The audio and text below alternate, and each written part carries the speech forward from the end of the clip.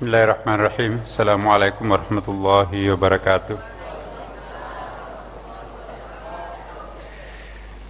Alhamdulillah. Alhamdulillahilladzi arsala rasulahu bil huda wa dinil haqq liyudhhirahu 'ala ad-din kullihi wa law karihal musyrikun. Asyhadu an la ilaha illallah wa asyhadu anna Muhammadan 'abduhu wa rasuluh. Shahibul burhan. Allahumma salli wa sallim ala sayyidina habibina wa syafi'ina wa maulana Muhammadin sallallahu alaihi wasallam. Ma ba'd.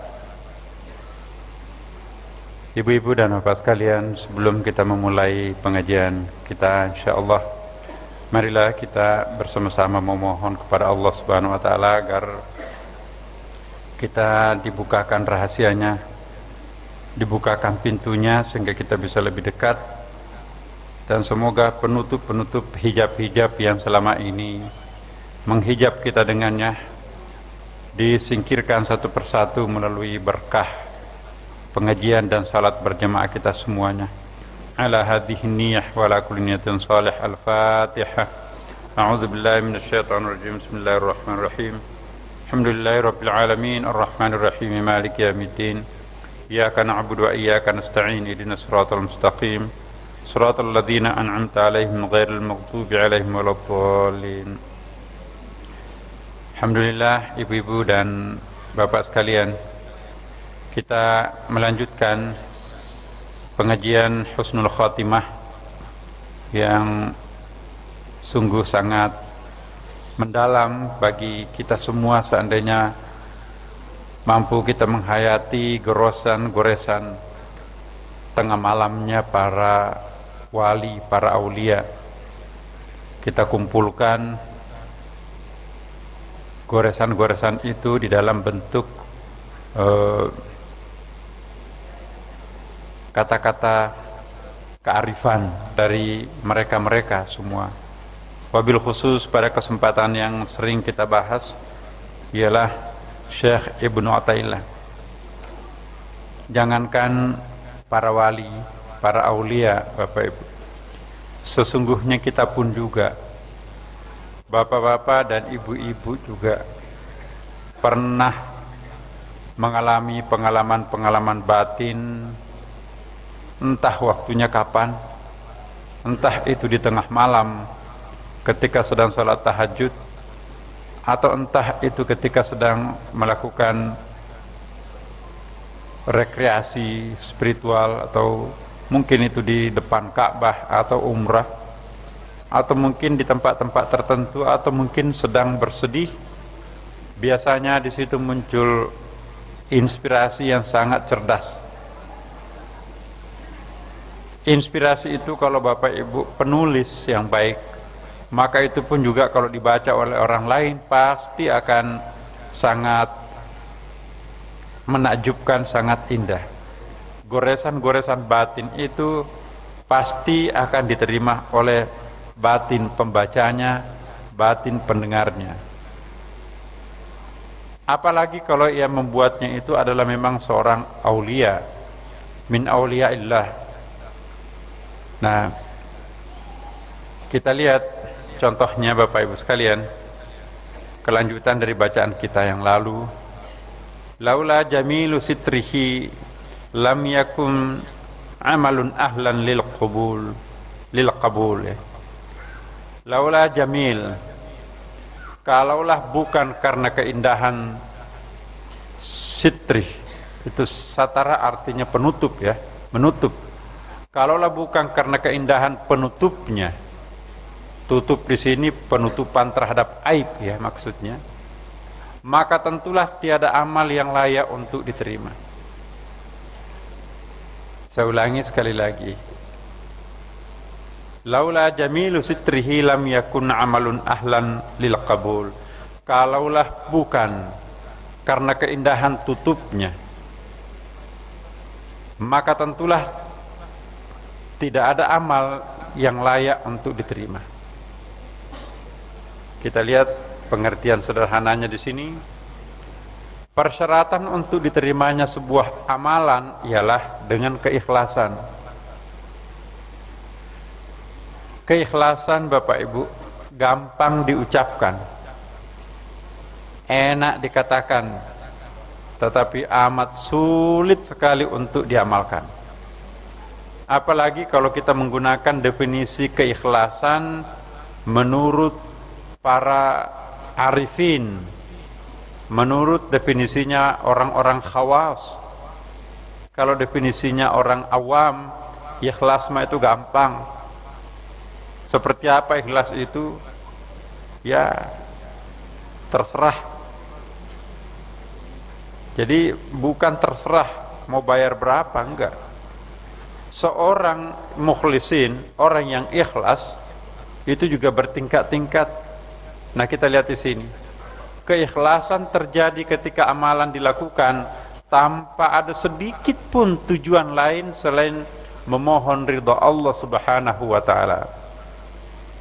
Bukanlah sebuah keikhlasan kalau terselip di dalam batin kita ada keinginan-keinginan lain selain hanya memohon ridha Allah Subhanahu wa taala. Contohnya, Bapak Ibu. Ya, kita menyumbang sesuatu, tetapi sumbangan itu terselip sesuatu yang mungkin ada unsur lain selain lillahi ta'ala, maka itu bisa cacat keikhlasan itu. Contoh lain, ya, kita melakukan puasa Senin Kamis, ini mohon maaf, tapi selain untuk mendapatkan pahala dari Allah Subhanahu wa taala, memohon ridhanya, terselip juga keinginan lain untuk diet. Supaya saya nanti tidak kegemukan, udahlah sambil dapat pahala, kita juga melakukan diet. Kalau terbetik di dalam batinnya seperti itu, cacat keikhlasan itu. Ada keinginan lain terselip, tersembunyi, tidak semata-mata karena Allah Subhanahu wa taala. Bagi definisi ikhlas secara awam itu enggak apa-apa. Tetapi kalau ingin naik kelas keikhlasan itu, maka memang kita tidak boleh ada pikiran. Jangankan memikirkan sesuatu, Bapak Ibu sekalian, melibatkan pikiran saja di dalam melakukan suatu perbuatan itu sudah mulai cacat di situ. Jadi keikhlasan itu betul-betul tanpa intervensi pikiran, karena kalau ada pikiran pasti ada subjektivitas yang terlibat. Pikiran itu tidak pernah netral, sesedikit apapun pikiran itu, Bapak. Kita mengatakan saya objektif kok, saya jujur, saya ikhlas, itu pasti tidak ikhlas. Ambil ini kok, saya ikhlas. Begitu kita mengatakan saya ikhlas, itu mendeklarasikan diri kita itu sebagai orang yang berbuat ikhlas, menyadarkan diri sendiri dan menyadarkan orang lain bahwa kita ini berbuat ikhlas. Itu sudah cacat. Yang paling sejati keikhlasan itu hanya Allah yang tahu dan diri kita yang paling dalam. Menyumbang tangan kanan tapi tidak ketahuan tangan kiri, itu lebih hebat daripada Ibu, hadisnya sangat terkenal, seringkali mungkin sudah hafal kita semua. Ya. Apa yang lebih hebat daripada gunung, Bapak Ibu? Besi, ya hafal Ibu ya. Apa yang lebih hebat daripada besi? Api. Apa yang lebih hebat daripada api? Air. Yang lebih hebat daripada air? Apa? Angin atau udara. Yang lebih hebat dari itu keikhlasan. Orang yang menyumbang tangan kanannya tidak ketahuan tangan kirinya, itu hadis Nabi. Jadi keikhlasan itu lebih hebat, lebih besar daripada gunung, lebih kuat daripada besi, ya kan? Lebih kuat daripada api lebih kuat daripada air, lebih kuat daripada udara dan seterusnya. Jadi keikhlasan itulah yang dimaksud di sini.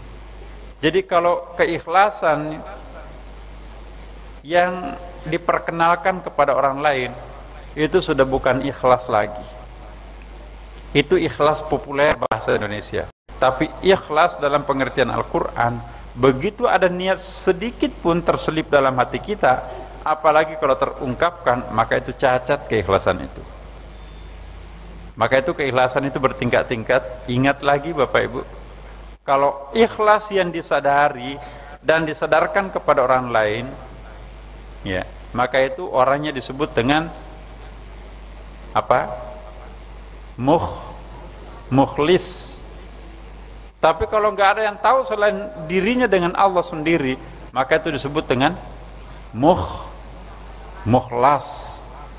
Jadi kalau mukhlis masih 20 karat, kalau mau 24 karat itu adalah mukhlas. Kalau orang sudah sampai ke makam tingkatan mukhlas, maka orang itu sudah berada pada posisi puncak. Dan orang seperti itu bebas iblis. Ini kata Quran. Bersumpah iblis itu, pasti aku akan goda, pasti akan aku jungkir balikkan. Siapa yang tidak bisa digoda oleh iblis, pengecualiannya hanya satu, illa min ibadikal mukhlasin, kecuali hambamu yang mukhlas. Tapi kalau hamba yang hanya mukhlis, ya belum ada apa-apanya itu bagi iblis. Yang bebas iblis itu orang yang sudah mukhlas. Ya. Siapa orang mukhlas itu? Dia sedih kalau ia dipuji. Ya. Dia merasa gagal kalau ketahuan ada kebajikannya dikenal oleh orang lain. Itu mukhlas. Tapi kalau masih sebaliknya, kita berbuat baik kok tapi nggak dihargai, menggerutu kan? Kita berbuat baik, terima kasih pun juga enggak. Tapi kalau dia dipuji dan alhamdulillah, terima kasih, ya terima kasih, bagus. Oh iya, insya Allah lain kali kita bantu lagi dan seterusnya. Itu mukhlis, belum mukhlas. Orang yang mukhlas itu sedih kalau orang lain tahu kebajikannya. Tapi kalau masih sebaliknya, sedih kalau tidak berterima kasih orang yang dibantu. Nah, maka itu tanpa nama. Enak itu. Bunyi di sini.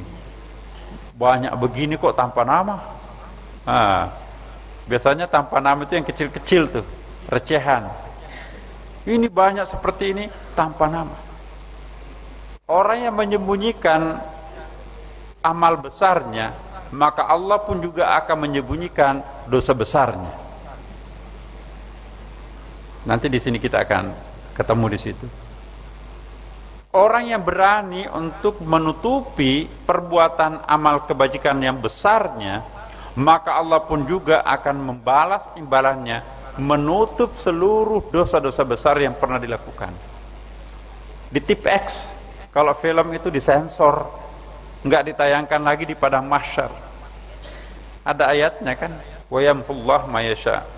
Dan Allah mentip X, Allah mensensor seluruh kejahatan dosa besar yang dilakukan. Nggak ada yang bisa protes. Apa ada orang yang mau demo Tuhan? Nggak bakalan. Menggerakkan diri untuk demo itu kan Tuhan. Jadi kelemahan kita sebagai manusia, sulit mengontrol diri dari unsur-unsur riya atau popularitas. Karena itu kita ikhlaskan diri kita kepada Allah, apapun adanya diri kita. Ini resepnya, Bu. Setiap kita semua di sini pasti punya kelemahan, Bapak. Sebutlah A sampai Z yang hadir di tempat ini, semua punya kelebihan, punya kelemahan, ya, punya kekurangan, punya keterbatasan. Karena kita ini adalah memiliki keterbatasan, maka cara yang paling baik untuk kita lakukan, menyerahkan diri kita apapun adanya kita. Ini saya garis bawahi, apapun adanya diri kita. Kita kan sudah bertobat kan Ibu, Bapak? Ya Allah, saya sudah nangis-nangis bertobat, tapi kok melakukan lagi? Mulut ini nggak bisa diajak kompromi ini. Nah, serahkan dirinya kepada Allah. Ya Allah, inilah saya. Memang aku belum bisa ditempatkan seperti tempatnya para kekasihmu yang lain. Jadi jangan terlalu berambisi secara spiritual. Pokoknya insya Allah saya akan sekamar dengan Nabi. Wah, saya akan selevel dengan para wali. Saya akan bersama dengan para arifin.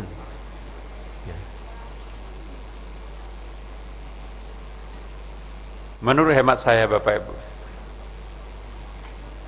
doa boleh seperti itu, tetapi mengasumsikan diri kita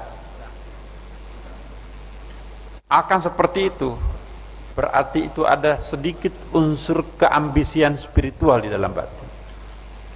Yang lebih baik, ini menurut saya, mungkin saya salah, udahlah, terserah engkau ya Allah, mau menempatkan hambamu di mana, hambamu pasrah.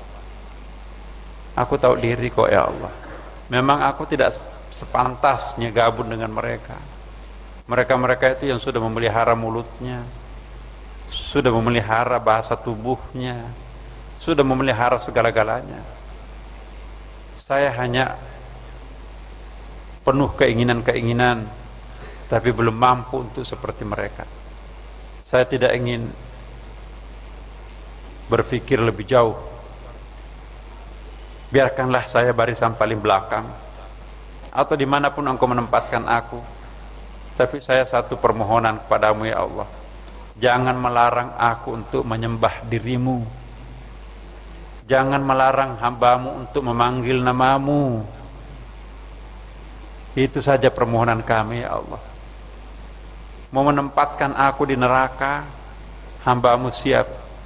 Tapi sekalipun di neraka, izinkan aku memanggil namamu. Akan aku perdengarkan seluruh penghuni neraka bahwa di dalam ganasnya api neraka pun tidak ada nama yang aku panggil selain namamu. Apakah Allah akan menyiksa hamba yang seperti itu?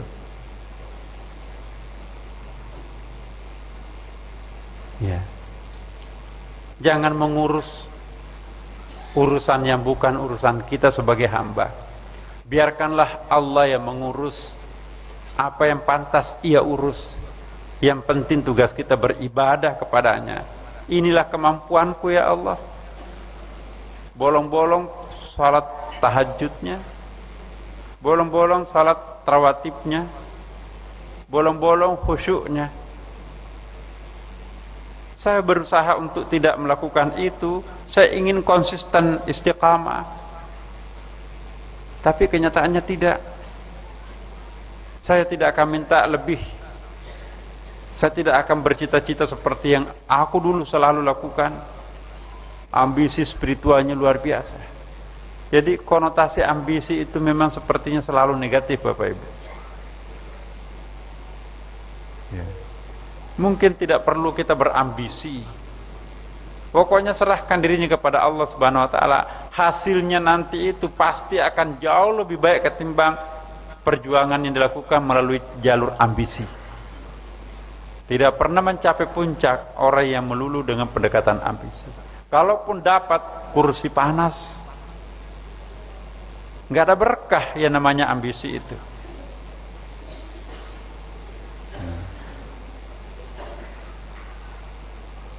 Ambisi spiritual pun juga itu cenderung negatif. Pokoknya saya akan selevel dengan Nabi. Kalau perlu saya melampaui Nabi. Apaan itu? Itu keinginan yang didikte oleh hawa nafsu juga. Itu bukan kemauan, sebetulnya keinginan. Nah, disinilah Allah mengingatkan kita, subhanallah. Ya, laula jamilu sitrihi lam yakun amalun ahlan liqabuli. Kalau bukan karena keindahan tutupnya Allah, maka tentulah tidak ada amal yang layak untuk diterima. Kalau yang diterima Allah itu adalah keikhlasan sejati yang tanpa cacat walaupun sebesar kuman, ya, maka tidak ada satupun amal kita bisa diterima Allah. Tapi karena Allah apa ya istilahnya kalau kita itu tutup mata aja lah, ya. Jadi Allah pun juga menutup mata terhadap perbuatan yang dilakukan oleh hambanya yang ikhlas itu. Jadi seperti pemandangan yang sering kita lihat, kata Rasulullah dalam hadis itu, ya, kalau salatnya orang itu bagus, kan begini, Siratal Mustaqim itu nanti, atau proses menuju surga daripada mahsyar itu ada jembatan, ya Bapak Ibu. Saya nggak tahu jembatannya kayak apa, tapi yang jelas mendaki, mendatar, menurun. Itu dalam riwayat tuh. Dan di atas jembatan itu biasa kita dengarkan kan bagaikan rambut dibelah 7, lebih tajam daripada silet. Jembatannya kayak gitu. Ada yang berjalan secepat kilat, kakinya nggak menyentuh. Ada yang berjalan berlari, ada yang merangkak, dan seterusnya. Dan ada posnya lagi. Pos pemeriksaan yang pertama ialah salat. Kalau salatnya bagus, ya, malaikat berikutnya penjaga zakat, pos pemeriksaan haji, pos pemeriksaan apalagi puasa dan lain-lain, jihad, ya. Itu sepertinya oke-oke aja, tutup mata aja, ya.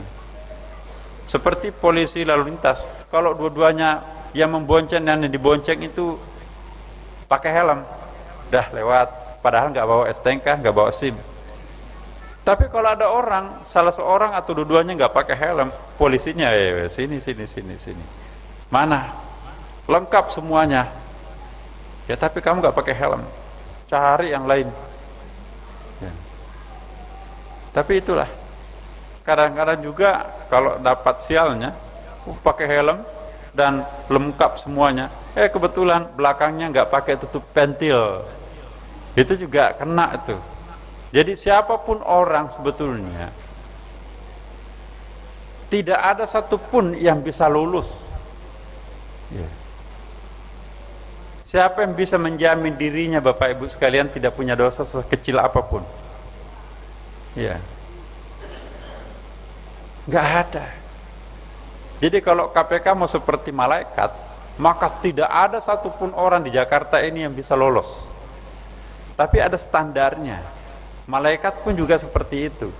Kalau salatnya sudah bagus, kata Rasulullah, yang lainnya itu bisa dimaafkan. Nah, kalau salat itu pun juga nggak diperiksa satu persatu secara ketat, Bapak Ibu.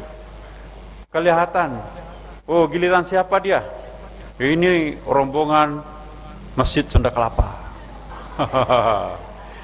Dipimpin oleh Imam Pak Saiful, dipimpin oleh Pak Aksa, Pak siapa? Ketua. Nah, itu kan orang nanti masuk di surga seperti hadis Nabi itu berkeloter-keloter. Nah, nanti kalau orang nggak punya jamaah, tidak punya tidak punya imam, itu nanti akan kesulitan. Ya. Kloter saya mana? Nggak pernah pergi sholat berjamaah. Itu pasti akan kesulitan. Nah, begitu kelihatan rombongan, wah ini Masjid Sunda Kelapa ini. Ya. Dari jauh kelihatan muka mereka itu berseri-seri. Kenapa? Karena yang berbicara itu bukan mulut, Bapak Ibu, tapi bekas air wudhu itu. Ya. Apalagi kalau wudhunya sudah hafal, sudah memahami wudhu fikih, wudhu tarekat, dan wudhu hakikat. Wah, itu lebih terang tuh cahayanya itu mungkin. Ini pengandaian Bapak Ibu. Karena tentu tidak sama kualitas wudhu yang profesional dan wudhu biasa. Tentu tidak sama salatnya orang yang pengetahuannya sedikit dan salat yang pengetahuannya banyak. Rasulullah mengatakan ada dua hambaku yang salat, tapi perbedaan sama-sama ruku dan sama-sama sujud, tapi perbandingan antara satu dengan yang lainnya itu bagaikan bumi dan langit. Sama-sama berwudu, yang dibasuh kepalanya, mukanya, tangannya, tapi wudunya antara bumi dan langit. Kenapa? Yang dibasuh hanya fisiknya, padahal Al-Quran menganjurkan kita faghsulu wujuhakum, basuhlah wajah-wajah kalian. Jamak di situ kan. Jadi bukan cuma ini yang harus dibasuh. Panca indera batiniah kita juga harus diusap. Bahkan secara hakikat isi kepala, pikiran dan isi hati itu pun juga harus dibersihkan.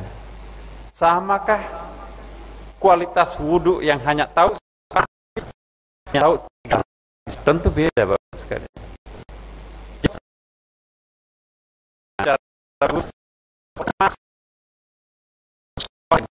Ahli salat, malaikat penjaga pos yang ada di sana itu pos puasa, pos zakat, pos haji, lewat. Malaikatnya sambil cerita gitu. Ilustrasinya hadis itu seperti itu. Itu hadis Nabi. Kalau salatnya bagus, maka pemeriksaan amal-amal yang lain lewat. Maka itu as-salatu imaduddin. Salat itu adalah tiangnya agama. Sebagus apapun akhlaknya seseorang, Bapak Ibu, pemurah, tukang senyum dan seterusnya, tapi kalau salatnya enggak, menurut saya loh Bapak, mungkin orang lain mungkin menilai lain, bukanlah teladan. Manusia teladan itu pertama harus dinilai kualitas salatnya. Kalau mau disuruh kita pilih, ada tukang salat, ahli salat, pokoknya peliknya minta ampun. Tapi ada yang nggak pernah salat, murahnya luar biasa. Mau pilih yang mana Bapak Ibu?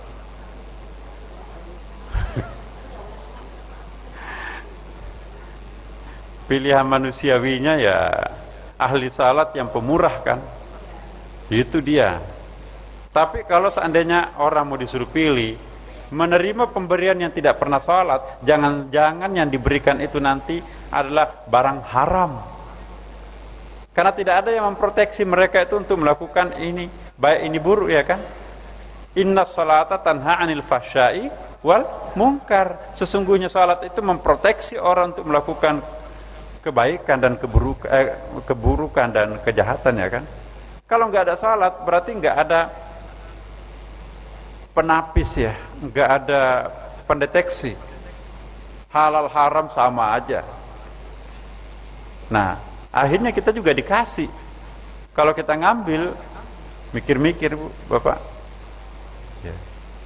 Saya ingin mengatakan kepada diri saya dan ibu bapak sekalian, mulai hari ini, sekarang ini, apalagi kalau usia kita sudah lanjut, udahlah lewatilah yang abu-abu itu. Apa yang dimaksud abu-abu? Antar halal dan haram.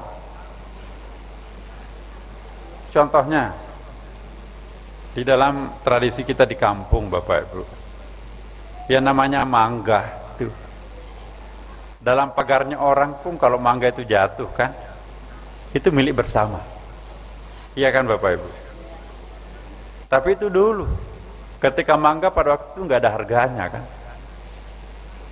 Nah sekarang semuanya sudah punya harga karena bisa di jus, bisa di segala macam tuh. Apakah masih berlaku hukum seperti itu? Ragu kita kan? Nah, mungkin dia tidak marah, tapi kalau dia tahu kita suka mengut mangga dalam pagarnya orang, hatinya dongkol. Kalau dulu waktu kita masih kecil, ibu bapak di kampung, ya, syukur itu, untung kamu daripada dimakan binatang, Anda lebih baik makan. Tapi kalau sekarang manusia itu nggak tahu kualitasnya, makin pelit kayak apa, lebih baik dimakan burung ketimbang dimakan tetangganya sendiri. Ini apa yang terjadi pada diri umat manusia sekarang? Ya. Nah, tinggalkanlah yang syubhat Bapak Ibu. sudah mau dimakan. Ini tadi mangga ini dari mana? Dari pungut di sebelah. Ada pagarnya enggak? Ada. Udah, enggak usah dimakan. Walaupun sudah ngiler tadi mau makan. Ini dari mana? Asalnya dari mana? Beranilah kita mempertanyakan ini dari mana. Jadi halal dan haram itu bukan hanya zatnya seperti babi. Sekalipun kambing, sate kambing ya. Tapi kalau sate kambingnya itu kambing curian. Ditabrak mobil di depan, belum sempat disembelih, mati tapi ada yang potong, sate, bakar, bawa, itu bangkai yang dimakan. Nah, atau pohon beringin depan masjid di sini. Ada sate kambing di situ sebagai sesajen.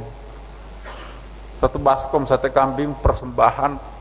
Anak saya kalau lulus ujian saya akan berikan sesajen di pohon beringin di belakang ini. Oh, daripada dimakan binatang, bawa aja buka puasa di belakang tuh. Itu juga haram Bapak Ibu. Kenapa? Karena itu tujuannya diperuntukkan untuk penyembahan berhala. Nah, hati-hati kalau kita bicara tentang haram, bukan saja babi. Sekalipun zatnya kambing, tapi kalau nggak disembelih haram. Sekalipun disembelih, tapi kalau kambing curian haram. Ya.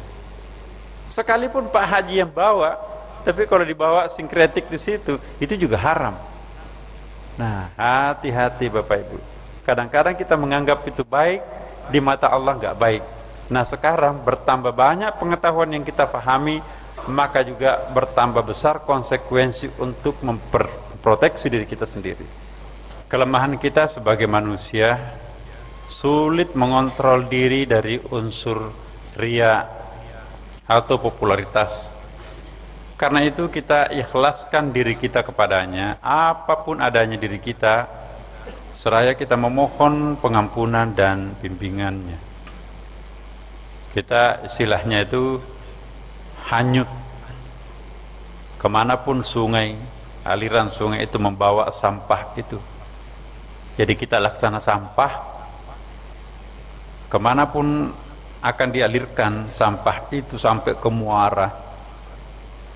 Jangan melawan arus, nanti robek, nanti sakit. Pasrah dibawa nasib, justru di situ kita akan merasa sangat legah. Legah bukan tanpa penderitaan, tapi penderitaan itu dinikmati. Ada dua macam penderitaan Bapak Ibu. Kalau penderitaan itu kita tolak, maka lebih terasa penderitaannya. Tapi kalau penderitaan itu kita ikhlas menerimanya, maka penderitaan itu tidak terasa sebagai sebuah penderitaan, tapi punya kenikmatan tersendiri. Itulah yang sering disebutkan, nikmati penderitaan itu, nikmati kekecewaan itu, nikmati kepahitan hidup itu, nikmati segala-galanya. Kalau kesulitan, kepahitan, penderitaan, penyakit bisa kita nikmati, maka sesungguhnya itu sudah surga. Neraka itu ketika kita berada pada posisi yang sedang tidak nikmat.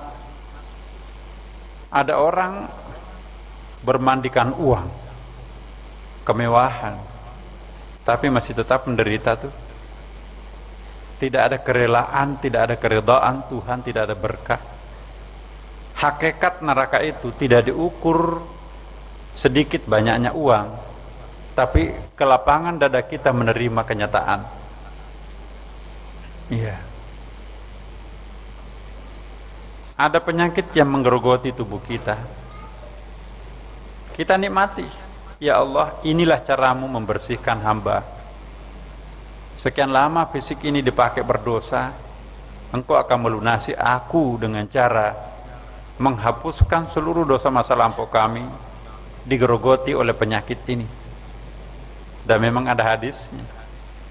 Satu hari kita demam, Ya, kalau kita sabar, ikhlas, maka itu akan menghapuskan dosa 1 tahun. Nah, kalau sampai 1 bulan kita diderah penyakit, dikikis habis penyakit itu. Makanya itu hati-hati terhadap orang yang dilanda penyakit. Sebab orang itu sama dengan orang yang teraniaya. Dia berada pada kondisi batin yang dekat dengan Allah Subhanahu wa ta'ala. Kadang-kadang kita itu salah alamat, Bapak Ibu. Ada orang penyakit, didera penyakit sangat parah, katakanlah setengah hidup lah. Ya. Selain kita memang diminta berdoa untuk orang itu, maka orang yang seperti itu pun juga sudah menjadi kekasihnya Tuhan. Kita pun juga berhak untuk didoakan. Pak, saya yakin engkau sahabatnya Allah sekarang. Sekian lama engkau tabah menerima penyakit ini, dan itu artinya engkau sudah bersahabat dengan Tuhan. Sebagai sahabat Tuhan tentu tidak ada permohonannya yang tidak dikabulkan olehnya. Mohon didoakan kami, ya, agar kami juga dihindari daripada kesulitan ini. Kalau orang sakit yang dimaksud itu mengangkat tangannya dan berdoa hatinya kepada Allah Subhanahu wa ta'ala, itu lebih mujarab daripada kita yang orang sehat. Nah, hati-hati. Kadang-kadang kita mendoakan orang, tapi justru kita yang pantas untuk didoakan oleh orang yang kita doakan itu. Tapi bahasa paling bagusnya, mari kita saling mendoakan. Kita doakan dia supaya lekas sembuh, tapi kita pun juga didoakan agar jangan sakit. Jadi saling memberi. Seandainya pun kita sakit, Bapak Ibu, ada penjenguk yang datang dengan susah payah dari kita, diminta atau tidak diminta oleh yang bersangkutan, kita nggak mungkin bisa memberikan apapun terhadap mereka. Bacakan surah Al-Fatihah. Ya Allah, hamba-Mu yang membesuk aku ini, ampuni seluruh dosanya. Ya, ya Allah, hamba-Mu yang membesuk aku ini, ya, berikan jodoh anaknya. Ya Allah, hamba-Mu yang membesuk aku ini, sahabat setia aku, ya, jadikanlah mereka manusia-manusia utama di muka bumi ini, dan seterusnya. Insya Allah itu akan makbul. Ya. Sekarang, anta ila hilmihi idza ata'tahu ahwaju minka ila hilmihi idza asaitah. Engkau lebih membutuhkan kemurahannya kalau engkau menantinya ketimbang saat berbuat maksiat kepadanya. Nah, Masya Allah. Saya ulangi sekali lagi, Bapak Ibu, ini memang susah diterjemahkan ini, tapi rasa bahasa Arabnya lebih bagus, ya. Anta ila hilmihi idza ata'tahu ahwaj minka ila hilmihi idza asaitah. Engkau lebih membutuhkan kemurahannya dikala engkau menantinya dalam keadaan suasana dekat dengannya, dalam suasana kita beribadah, dalam suasana melakukan kebajikan, ya. Kemurahannya justru lebih utama kita perlukan pada saat itu ketimbang saat berbuat maksiat kepadanya. Apa maksudnya? Kita coba di sini. Kemuliaan seseorang hamba hanya akan tampak ketika menyandarkan diri sepenuhnya kepada Allah Subhanahu wa ta'ala. Tidak ada kemuliaan tanpa izinnya. Tidak ada kebajikan tanpa kerelaannya. Karena itu kebajikan yang kita lakukan, maka sesungguhnya bukan kebajikan kita secara otonom, tapi itu adalah berkat iradah dan izinnya Allah Subhanahu wa ta'ala. Karena itu jatuhnya kedudukan seseorang hamba ketika ia berbangga hati terhadap amalnya. Pada saat kita melakukan kebajikan, Bapak Ibu, jangan bangga seolah-olah dengan kebajikan ini aku dekat dengan Allah. Bait ini mengingatkan kepada kita, justru ketika kita sedang melakukan pengabdian utama terhadap Allah, kita di situ merasa seperti sedih. Kenapa bersedih? Ya Allah, jangan sampai terbetik dalam hati saya setetes kebanggaan karena aku memujimu. Ya. Jangan pernah sedikit pun di dalam benak kita itu ada rasa bangga setelah melakukan kebajikan. Misalnya salat. Ya. Salat itu bukan menyogok Tuhan untuk masuk surga. Salat itu bukan berarti ya konsep pedagang begitu. Kita beli kasih sayang Tuhan dengan salat, enggak. Salat atau kebajikan apapun yang kita lakukan lillahi ta'ala, titik. Hamba yang sejati lebih membutuhkan ampunan dari Allah Subhanahu wa taala pada saat ia beramal ketimbang saat melakukan dosa dan maksiat. Dosa dan maksiat itu pernah kita bahas ya. Dosa dan maksiat dilakukan oleh anggota badan itu disebut dengan hijab hitam. Tapi kebanggaan terhadap ibadah kita itu hijab putih. Lebih banyak orang jatuh karena hijab putih ketimbang hijab hitam. Kenapa? Karena hijab hitam gampang dideteksi. Saya tadi malam melakukan dosa besar. Saya tadi siang melakukan dosa yang lama. Saya tadi siang mengambil hak orang lain dan seterusnya. Itu gampang terasa.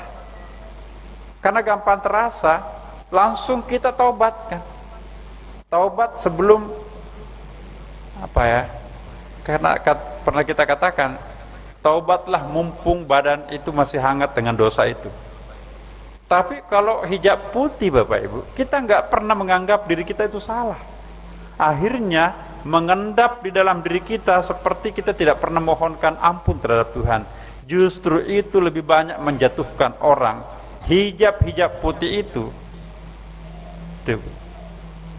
kegelapan bisa membuat orang itu jatuh ke jurang. Tapi cahaya yang menyilaukan mata pun juga sama, bisa menjatuhkan ke jurang yang sama. Nah, yang kita inginkan di sini adalah, ya Allah, sadarkanlah kami terhadap hijab hitam dan hijab putih. Enak seperti nggak pernah melakukan dosa. Dia mengangkat dirinya tinggi-tinggi karena dia menganggap dirinya ahli ibadah dan seterusnya. Padahal sesungguhnya tidak seperti itu. Ada hadis Nabi itu. Oh, bukan di sini. Jadi gini, hadis Nabi, ada seorang perempuan nakal. Ya, istilah halusnya perempuan yang itulah. Sekian lama malam melintang hidupnya, mencari pekerjaan glamor dengan cara seperti yang terlarang itu. Timbul dalam hatinya ingin sadar. Dia ingin mencari orang yang bisa menyadarkan dirinya, dia ingin insaf. Ketemulah di situ, ada kabar bahwa ada kiai, ada habib atau ada apalah di situ. Nah, si perempuan nakal yang terkenal ini berusaha mendekati Pak Kiai, Pak ulama itu. Ulama itu menghindar. Akhirnya, jangan coba-coba perempuan nakal itu mendekati aku. Ya. Perempuan kotor itu tidak pantas mengotori tempat ini.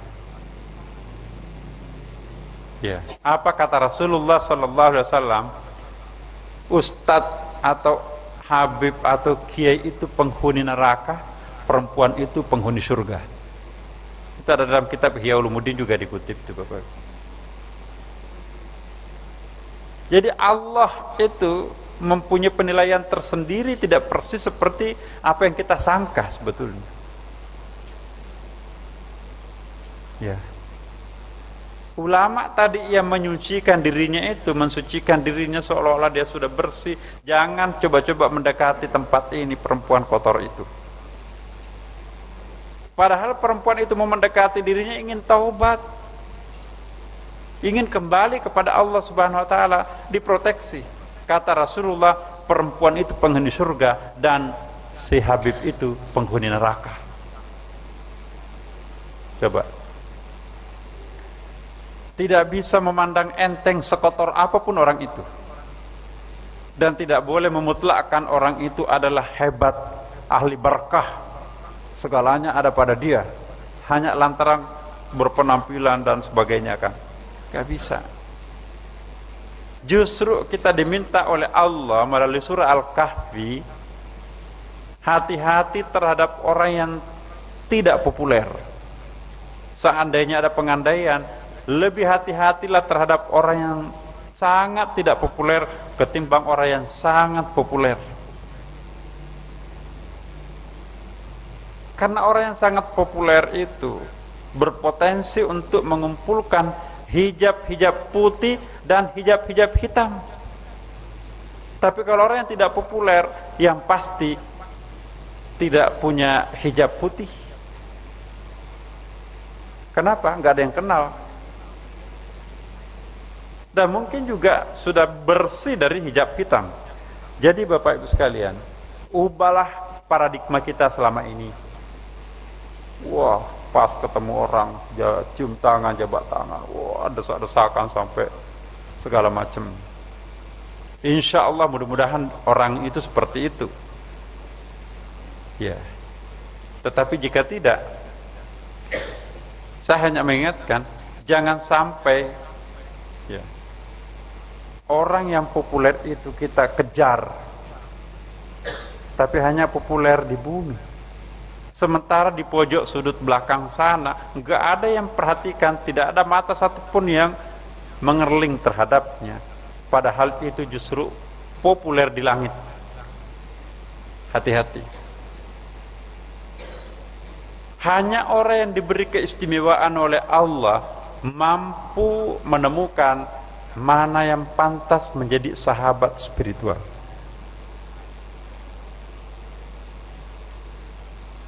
Siapa yang pantas untuk menjadi sahabat spiritual Bapak Ibu? Ada dalam hatinya Ibu Bapak sekalian. Sekalipun orang lain mengatakan orang itu jelek, tapi kalau itu yang muncul di dalam hati Ibu Bapak sekalian, itu adalah titipan Tuhan. Itu adalah malaikatnya Bapak dan Ibu yang tampil melalui wajah seseorang. Dekati dan minta, sebab dialah yang sesungguhnya yang engkau cari. Kira-kira seperti itu. Itu dalam kitab tasawuf disebut dengan, ada satu bab namanya as-suhbah, ya, sahabat spiritual. Siapa yang muncul pada saat kita ada sedang kesulitan? Di dalam salat tidak mungkin bayangannya Allah nggak pernah kita lihat, tidak mungkin bayangannya Rasulullah juga nggak pernah kita lihat. Tapi tiba-tiba ada wajah yang muncul, cari orang itu, sebab melalui itu kita akan berjumpa dengan sang hakikat yang dicari itu. Nah, ini bahasa tasawufnya seperti itu, as-suhbah. Jadi jangan, atau saya ingin mengatakan begini, popularitas sahabat Tuhan ya, tidak diukur oleh banyaknya orang yang respect terhadap itu di bumi. Boleh jadi orang yang sangat tidak terkenal, tapi justru itu sangat terkenal di atas. Itu yang dimaksud dalam definisi as-suhbah. Kematangan spiritual inilah yang mampu menemukan orang itu.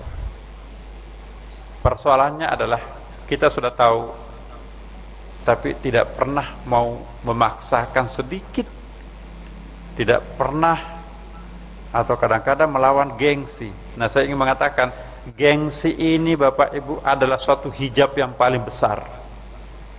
Gengsi Gengsi itu adalah dandanan iblis. Saya tidak melakukan ini. Apa kata orang nanti? Mestinya kita ganti. Apa kata Tuhan kalau ini saya tidak melakukannya? Jadi kadang-kadang kita masih lebih takut apa kata orang ketimbang apa kata Tuhan. Iya kan Bapak Ibu? Kalau apa kata Tuhan bisa ditawar, tapi apa kata orang sulit ditawar. Nah, orang yang masih tunduk kepada apa kata orang ketimbang apa kata Tuhan, maka kita masih punya hijab yang tebal. Mudah-mudahan Allah tidak menjemput nyawa kita sepanjang kita masih berprinsip seperti itu. Sebab itulah hakikat syirik Bapak Ibu sekalian. Dia lebih segan kepada makhluknya Allah ketimbang sang Khalik itu sendiri.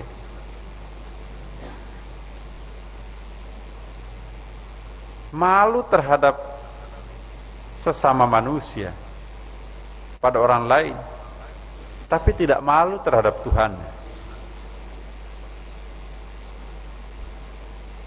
Lewati Bapak Ibu. Ini sekali lagi gampang diucapkan, tapi susah diamalkan. Banyak contoh. Begitu salat, bajunya nggak dikancing, tapi begitu mau ke pesta, pakai jas. Iya kan Bu? Begitu ke pengantin, 2 jam di salon. Begitu mau salat, mau kenanya sudah seminggu nggak pernah dicuci, membungkus daster dan dari dapur. Allahu Akbar. Malu kita pada Allah Subhanahu wa taala Bapak. Ya, insyaallah bukan jamaah Masjid Sunda Kelapa. Amin. Terakhir Bapak Ibu, ini as-satru ala qismaini, ini ada 2 macam nih. Satran alil ma'siyah wa satran fiha. Fal amatu yatlubuna minallahi ta'ala as-satra fiha khasyah suquti martabatihim indal khalqi wal khassah yatlubuna minallahi satra anha khasyata suqutihim min nadaril malik al-haq. Tutup Allah maksudnya cara Allah menutupi aib-aib kita. Tutup Allah itu ada 2 macam. Tutup dari maksiat dan tutup dalam maksiat. Iya, bahasa Arabnya enak itu. Jadi satron alil maksiyah wa satron fil maksiyah. Ya. Sataraan dan satarafi. Itu. Jadi tutup dari maksiat dan tutup dalam maksiat. Apa bedanya? Ya. Orang awam meminta kepada Allah agar ditutupi dalam berbuat maksiat. Jangan sampai ditayangkan maksiatnya di depan orang. Itu permintaan orang awam. Karena khawatir jatuh kedudukannya dalam pandangan manusia. Iya kan? Itu yang disebut dengan sataraan. Sedangkan as-satarafi, ya. Jadi nah ini orang khawas, di atasnya awam, adiknya wali, ya. Orang khawas memohon kepada Allah agar ditutupi dari berbuat maksiat karena khawatir jatuh kedudukannya dalam pandangan sang penguasa, Allah Subhanahu wa taala maksudnya. Orang awam minta agar ditutupi aibnya, tidak tercemar oleh orang lain. Apa kata media? Tapi kalau orang khawas, dia minta supaya ya, aibnya itu dimaafkan oleh Allah, karena kan pasti Allah tahu, ya kan? Dia tidak khawatir aibnya ketahuan oleh siapapun di manusia ini. Yang dia khawatirkan, jangan-jangan aibnya itu nanti ya tidak diampuni Allah. Pasti akan ketahuan, tetapi persoalannya mau nggak Tuhan mau ngampuni itu, tidak. Jadi ini bedanya. Kita minta pada kita semua, mulailah kita beranak tangga. Kita tidak melakukan dosa maksiat itu bukan karena takut ketahuan orang. Kita meninggalkan dosa dan maksiat itu karena takut oleh Allah Subhanahu wa ta'ala. Ini maksudnya, subhanallah. Nah ini ada ayatnya, sayastahquna minan nasi wa la yastahquna minallah wa hum ma'ahum idh yubayyituna ma la yarda minal qawli wa kana Allah bima ya'maluna muhit. Mereka bersembunyi dari manusia, yang tadi itu kan, tetapi mereka tidak bersembunyi dari Allah. Enggak mungkin. Padahal Allah beserta mereka, iya kan? Ketika suatu malam mereka itu menetapkan keputusan rahasia yang Allah tidak ridai, dan adalah Allah Maha meliputi, ya, muhit, ya'malun, ya, dari mereka apa yang dikerjakan. Seolah-olah Allah tidak tahu, padahal Dia Maha tahu daripada dirinya sendiri. Di sini diungkapkan mereka bersembunyi dari manusia, tapi tidak bersembunyi terhadap Tuhan. Mereka malu terhadap manusia, tidak malu terhadap Tuhan. Padahal kalau pandangan mata batin, lebih malu mana kita melakukan perbuatan terhadap manusia atau terhadap Tuhan? Tentu malunya kita kepada Allah. Ingat Bapak Ibu sekalian, saya ingin mengingatkan apa yang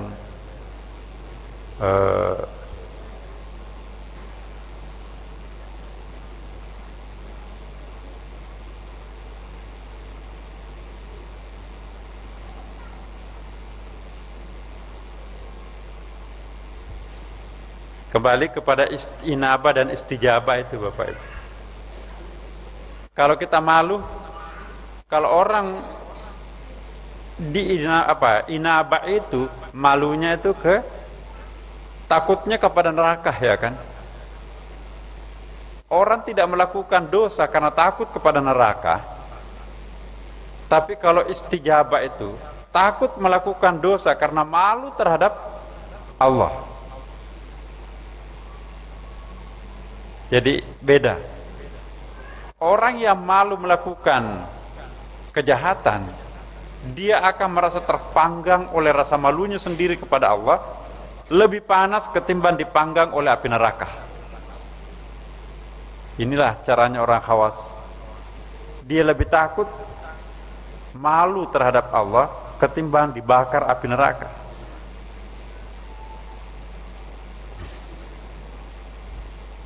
Taubat istijabah merupakan bentuk taubat seorang hamba yang malu terhadap kemuliaannya. Taubat dalam tahap ini tidak lagi membayangkan Allah Subhanahu wa taala sebagai Maha Pembalas, ya, terhadap segala dosa dan maksiat sebagaimana dalam tahap inabah. Taubat istijabah ketika seseorang lebih merasa tersiksa rasa malu terhadap Tuhannya ketimbang panasnya api neraka. Yang membuat seorang tersiksa ialah betapa pedihnya jika ia terbebani rasa malu yang amat dalam terhadap Allah Subhanahu wa ta'ala. Jadi kalau malu melakukan kejahatan, ya, itu lebih utama ketimbang takut melakukan kejahatan. Takut melakukan kejahatan karena takut api neraka. Tidak mau melakukan kejahatan lantaran malu terhadap Allah. Rasa malu terhadap Tuhan itu lebih membakar ketimbang api neraka itu sendiri.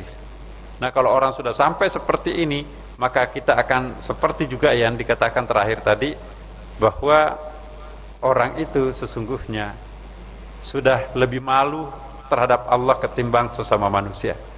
Semoga Allah mengangkat martabat kita Bapak Ibu sekalian, dari tadinya awam menjadi khawas. Kriteria yang digunakan untuk mengukur hidup kita adalah kriteria khawas. Semoga Allah mengabulkan permohonan kita semuanya. Al-Fatihah. A'udzubillahi minasyaitonirrajim. Bismillahirrahmanirrahim. Alhamdulillahirabbil alamin arrahmanir rahim maliki yaumiddin iyyaka na'budu wa iyyaka nasta'in. Ihdinas siratal mustaqim siratal ladzina an'amta 'alaihim ghairil maghdubi 'alaihim waladdallin. Assalamualaikum warahmatullahi wabarakatuh.